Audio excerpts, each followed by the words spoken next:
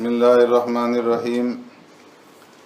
عن ابن عباس رضي الله تعالى عنهما قال قال رسول الله صلى الله عليه وسلم: نعمتان مغبون فيهما كثير من الناس، الصحة والفراغ. رواه البخاري. أو كما قال عليه الصلاة والسلام: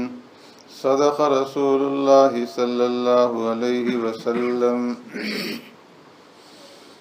حضرت عبداللہ ابن عباس رضی اللہ تعالی عنہما روایت فرماتے ہیں، آقا نامدار سرور کائنات رحمت دو عالم صلی اللہ علیہ وسلم نے ارشاد فرمایا: نعمتان مغمون فیہما کثیر من الناس. دو نعمتیں ایسی ہیں کہ جن میں بہت سارے لوگ دھوکے کے اندر پڑے ہوئے ہیں. الصحت والفراغ، ایک صحت کی نعمت اور دوسری فراغت اور فرصت کی نعمت. یہ حدیث مبارکہ جوامع الکلم میں سے ہے اور فرمایا کہ ان احادیث میں سے ہے کہ اگر انسان ان چند احادیث کے اوپر عمل کر لے تو ان کی اخروی نجات کے لیے یہی احادیث کافی ہیں. اس حدیث مبارکہ کو امام بخاری رحمۃ اللہ تعالی علیہ نے کتاب الرقاق کے اندر ابتدا کے اندر ذکر کیا ہے، اور اسی طریقے سے عبداللہ ابن مبارک رحمۃ اللہ تعالی علیہ نے بھی اپنی کتاب کے اندر شروع میں اس حدیث کو ذکر فرمایا ہے. اور اس حدیث میں پیارے پیغمبر صلی اللہ علیہ وسلم نے دو باتوں کی طرف اشارہ فرمایا کہ دو نعمتیں ایسی ہیں کہ جن کے بارے میں بہت سارے لوگ جو ہیں غفلت کے اندر اور دھوکے کے اندر پڑے ہوئے ہیں. ایک ان میں سے صحت کی نعمت ہے اور دوسری فرصت کی نعمت، کہ جس وقت تک انسان صحت مند رہتا ہے تو اسے کبھی یہ خیال نہیں آتا کہ کبھی میرے اوپر بیماری بھی آئے گی. تو اس وجہ سے وہ اپنے حال کے اندر مگن رہتا ہے، اور انسان کا جو نفس ہے اور شیطان یہ انسان کو دھوکہ دیتے ہیں، دھوکے کے اندر ڈالتے رہتے ہیں کہ ابھی تو تمہاری جوانی ہے، ابھی تم نے زندگی کے اندر دیکھا ہی کیا ہے، ابھی جو ہے لائف انجوائے کر لو، بڑا وقت پڑا ہے، توبہ بھی کر لیں گے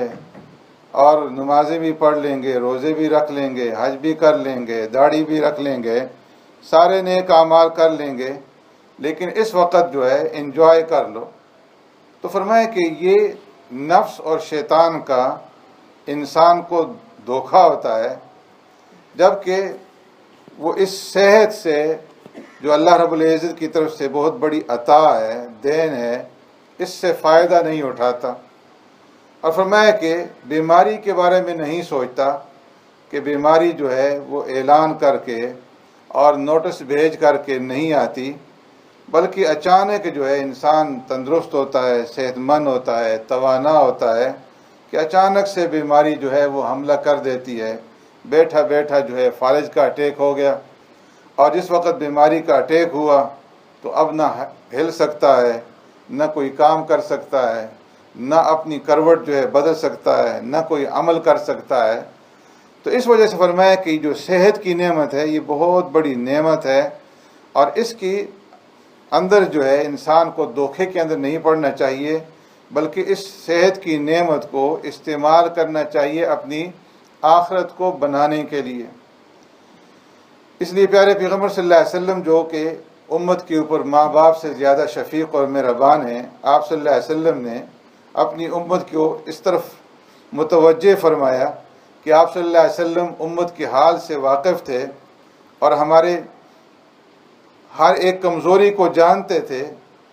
تو اس لیے سرکار دو عالم صلی اللہ علیہ وسلم نے فرمایا کہ تم غفلت کے اندر مت پڑنا اور اپنی صحت اور جو فراغت ہے اس کی قدر کرنا اور اس سے جو ہے فائدہ اٹھانا. اس لیے کہ جس وقت یہ صحت ختم ہو گئی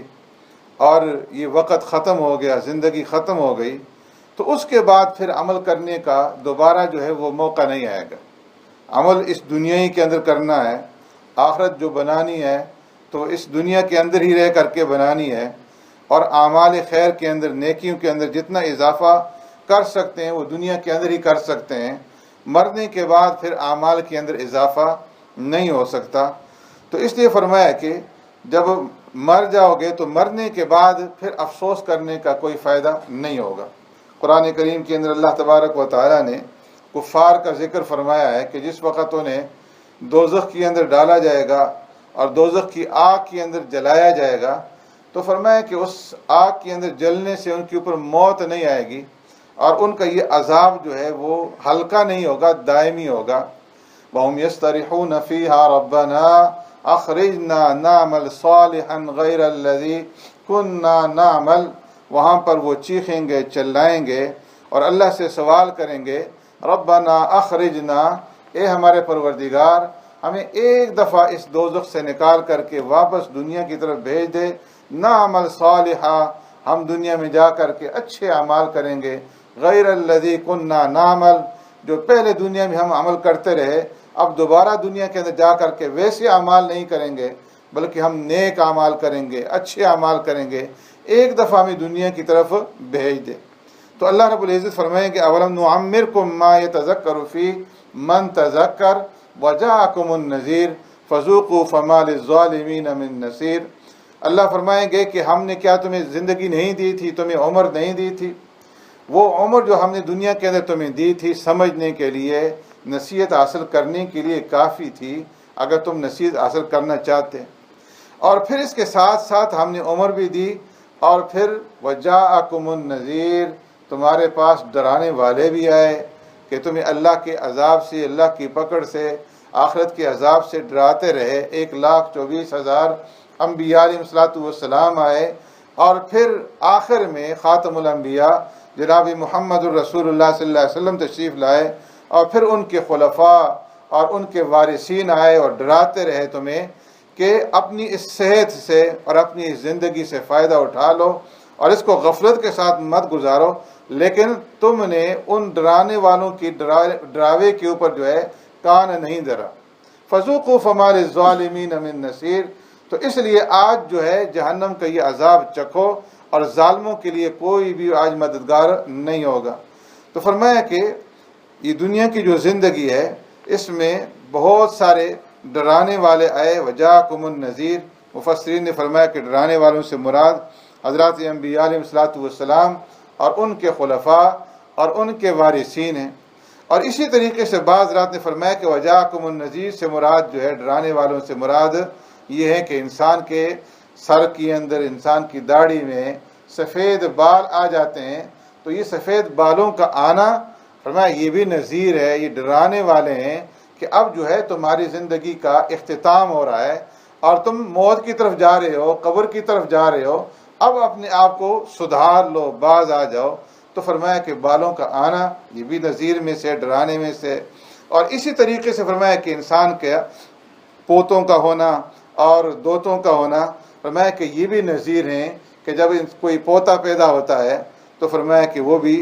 اپنے دادا کو ڈراتا ہے کہ اب تمہارے جانے کا وقت ہے، اب میرے لیے جگہ تم جو ہے خالی کرو۔ تو فرمایا کہ یہ بھی نذیر ہیں، ڈرانے والے ہیں۔ بعض روایت کے اندر آتا ہے کہ انسان مرتے وقت ملک الموت سے یہ کہے گا کہ ہمیں تھوڑی سی مہلت دے دے کہ ہم جو ہیں توبہ طائب ہو جائیں، نیک اعمال کر لیں۔ تو فرمایا کہ ملک الموت کہے گا کہ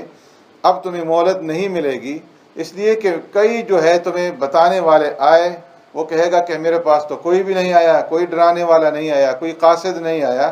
تو ملک الموت کہے گا کہ ایک نہیں سینکڑوں قاصد آئے، تمہارے اوپر بخار آیا، تم بیمار ہوئے، یہ بخار جو ہے میرا ہی قاصد تھا، تمہارے بدن کے اندر سفید بال آئے، یہ میرے ہی قاصد تھے، اور تمہارے گھروں کے اندر پوتے پیدا ہوئے وہ میرے ہی قاصد تھے، تو تم نے ان کی طرف دھیان نہیں رکھا، تو اب جو ہے میں آخری قاصد ہوں اور میں جو ہے تمہیں مہلت نہیں دے سکتا۔ تو اس لیے فرمایا کہ یہ جو زندگی ہے اور یہ جو صحت ہے یہ اللہ رب العزت کی طرف سے بہت بڑا انعام ہے، لیکن بہت سارے لوگ اس میں غفلت میں پڑے رہتے ہیں اور اس سے جو ہے وہ نفع نہیں اٹھاتے، اپنی آخرت کو نہیں بناتے، اعمال نہیں کرتے۔ عبداللہ ابن عمر رضی اللہ تعالیٰ عنہ کے بارے میں آتا ہے، ایک مرتبہ راستے پہ جا رہے تھے، قافلہ ساتھ تھا،